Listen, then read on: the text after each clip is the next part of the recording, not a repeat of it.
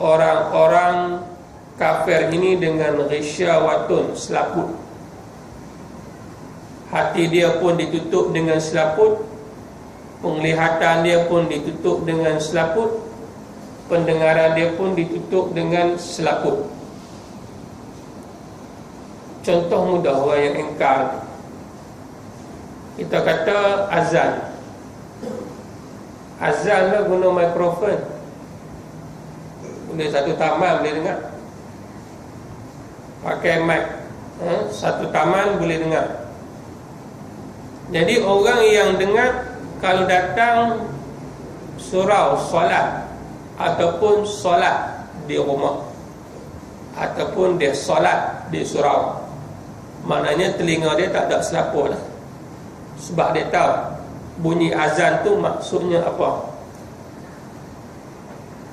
Kalau kita kata taman sini, Taman Serastia, tak tahulah kot AJK surau dah buat kajian beberapa rumah yang tak faham apa maksud azan.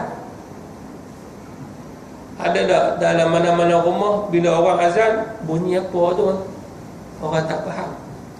Asalnya semua orang faham. Tak tahulah kalau ada yang tak faham, yang dia tak tahu azan tu dibunyikan sebab apa. Orang azan Allahu Akbar, Allah Akbar tu bunyi apa? Bunyi apa, tak tahu bunyi apa. Jadi rasanya semua orang faham. Jadi bila orang dengar azan, ciri orang beriman ini, dia dengar azan, dia faham maksud apa, kemudian dia sembahyang. Dia sebab selaput di telinga dia tak ada, dia boleh sembahyang. Sama ada di rumah ke, di surau ke, tapi dia menunaikan tanggungjawab dia. Sama ada yang mana lebih baik di rumah ke, di surau ke, di mana ke, tapi dia solat, dia menunaikan solat.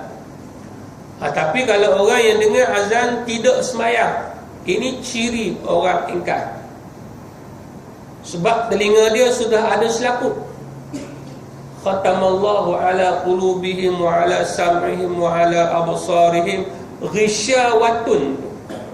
Itu ciri, simptom, tanda orang yang ingkar perintah Allah Ta'ala. Selaput. Dia dengar azan, dia tak sembahyang. Tak sembahyang, mana tak sembahyang tu ya?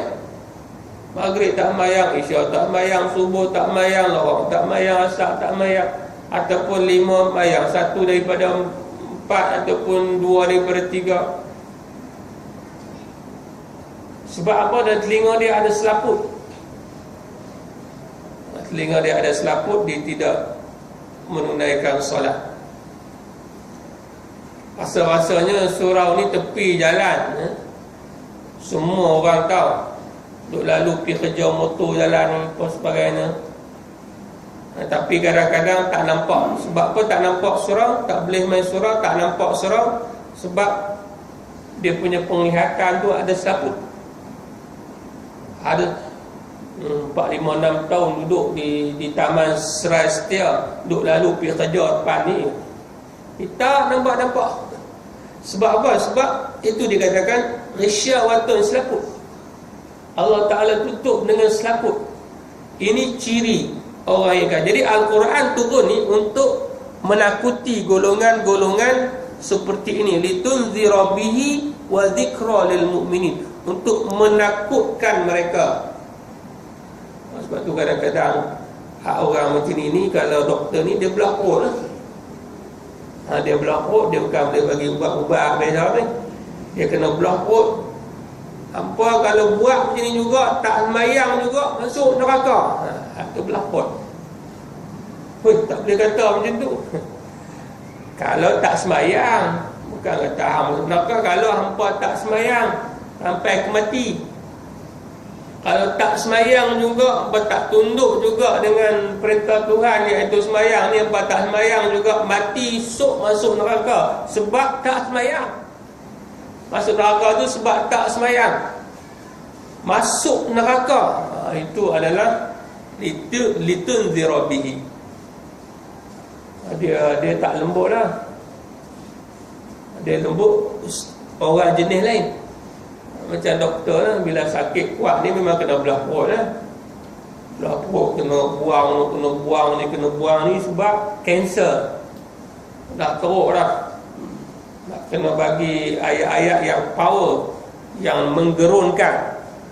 Kalau bagi ayat macam tu pun tak ni juga, makna selaput dia sangat tebal. Selaput dia tu berapa inci wallahualam. Sampai dipertakutkan dengan neraka pun juga tak datang, ataupun tak sembahyang, ataupun tak buat benda-benda yang dia melakukan perkara yang menderhaka pada Allah. Juga orang munafik. Orang munafik dalam surah Baqarah Allah Ta'ala sebut 13 sifat. Awal-awal surah Baqarah. Orang beriman ni Allah Ta'ala sebut 4 ke 5 ciri-cirinya. Di awal-awal surah, alladzina yuqimunas shalah, orang yang sembahyang, orang yang bagi zakat dan sebagainya. Ini ciri-ciri orang yang beriman. Wa dzikra lil mu'minin, dan segala orang yang beriman kepada Allah Subhanahu wa taala. Jadi Al-Quran ini memberi peringatan kepada orang yang beriman. Orang yang beriman ini untuk ditazkirahkan. Tapi kalau orang kafir dengan munafik, menakutkan mereka dengan ayat-ayat Al-Quran dan juga hadis Nabi sallallahu alaihi wasallam. Nabi pernah berkata kepada di kalangan para sahabat yang berbeza-beza. Nabi pernah kata, wailun lil aqab, neraka wil bagi buku lali. Buku aqab ni buku lali. Neraka wil bagi buku lali. Sebab ambil ayat semayang ni basuh, buku lali ni dia tak kena ayat. Dia tak kena ayat. Tapi Nabi tengok situasi macam tu kena keras. Nabi keraskan suara. Sebab tu sebahagian daripada sahabat berkata, Nabi kalau dalam isu-isu tertentu istadda sautahu, bersangatan tinggi suaranya. Bukan tinggi suara tak boleh, ikut keadaan situasi. Sebab tu kenapa akhlak Nabi SAW ini mulia. Sebab Nabi meletakkan semua ciri-ciri itu kena pada tempat dan situasinya. Nabi kena suara tinggi, Nabi suara tinggi. Nabi kena suara rendah, dia suara rendah. Ada kasih sayang, kasih sayang. Nabi pernah tidur di luar rumah. Kisah dia masyhur di kalangan kita. Nabi balik lambat, tidur di luar rumah, tak ada masalah. Dan Nabi pernah bersumpah tidak tidur dengan isterinya selama sebulan. Kita jarang bersumpah dengan bini, aku tak tidur dengan hang sebulan. Marah-marah kita pun. Tapi marah Nabi ni, Nabi bersumpah. Dan satu hadis, ala an-nabiy sallallahu alaihi wasallam ba'da nisa'ihi syahra. Nabi bersumpah tidak tidur dengan isterinya, sebahagian isterinya, syahran, selama sebulan. Itu ada ketika Nabi marah. Benda ni memang kena marah sungguh-sungguh. Sebab tak layak bagi seorang isteri, seorang Nabi buat kelakuan-kelakuan begini. Tapi ada ketika Nabi boleh tidur di luar rumah dengan tak marah siapa-siapa. Tidur yang kita pun tak pernah tidur di luar rumah lah, sebab kita buat kunci sendiri. Kalau umpama kita apa nak tidur, apa tidurlah, kunci aku bawa, kunci ada dua. Kita bawa situ. Lah zaman Islam, zaman mudah dan sebagainya, ada handphone dan sebagainya. Apa nak tidur, apa tidur dululah. Kunci dia bawa siap-siap lah. Jadi nak cerita maknanya suara tinggi, rendah dan sebagainya ada di dalam Islam. Apa tu guru tu suara tinggi, ada ketika situasi kena tinggi. Ada ketika kena jarakah. Ada ketika suara slow kena slow. Itu dinamakan al-hikmah, kebijaksanaan, memahami situasi-situasi yang melibatkan akidah, yang melibatkan hukum halal haram, yang melibatkan sunnat, yang melibatkan makruh. Dia intonasi yang berbeza-beza. Kalau melibatkan akidah ini lain. Melibatkan akidah melibatkan sembahyang tak sah, yang melibatkan itu dan sebagainya. Macam kita di rumah pun sebagai bapa melihat situasi bagi anak tengok bahawa kalau melibatkan haram, nampak bapa dia sangat sensitif. Tak, kalau buat benda-benda tak elok, buat benda haram, anak tu boleh faham lah pengepak dia. Kalau bab hukum haram ni memang bapa dia tak setuju, memang lain. Dia pun boleh baca dah. Kalau bab sunat, bab ni dan sebagainya, dia ada beza. Sebab akidah dan sebagainya, bab hukum halal, hukum tak semayang dan sebagainya, keluar rumah tak tutup aurat, ni cukup. Kita kata benda-benda yang diberi perhatian dan keadaan yang sangat sensitiviti dan juga serius dalam perkara itu, sampai anak dia pun faham tentang ini. Kadang-kadang hak tak pergi tuition dia nampak marah kuat, tak semayang tak tu, tu masalah. Tak pergi tuition tu, dia punya temperature tinggi. Kalau tak semayang tu biasa. Kadang tanya pula, semayang belum? Tanya pula, tak tahu. Tuition hampir belum? Telefon pula kat bini dia di rumah ni, tengok ni dia pergi tuition ke tak?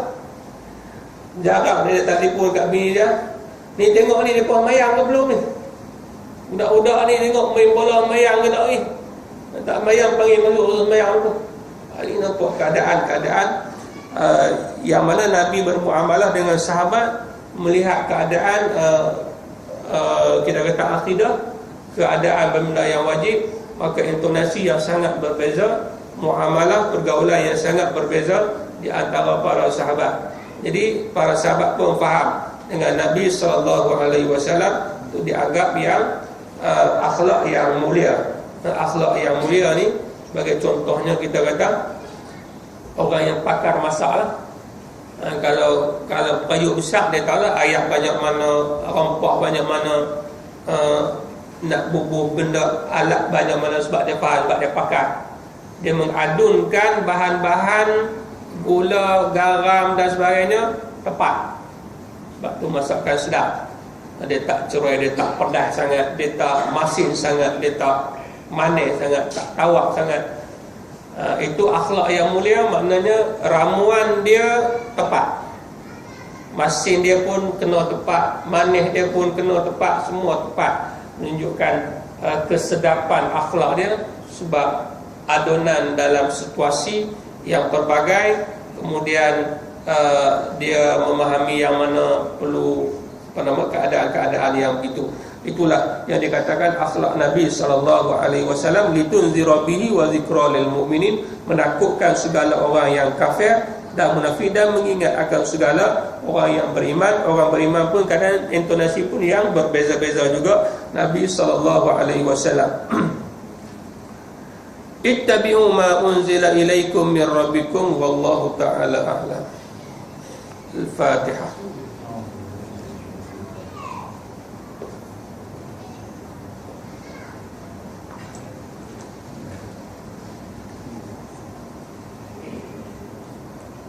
اللهم صل على سيدنا محمد في الأولين والآخرين وسلم. رضي الله تبارك وتعالى عن سادتنا أصحاب سيدنا رسول الله أجمعين.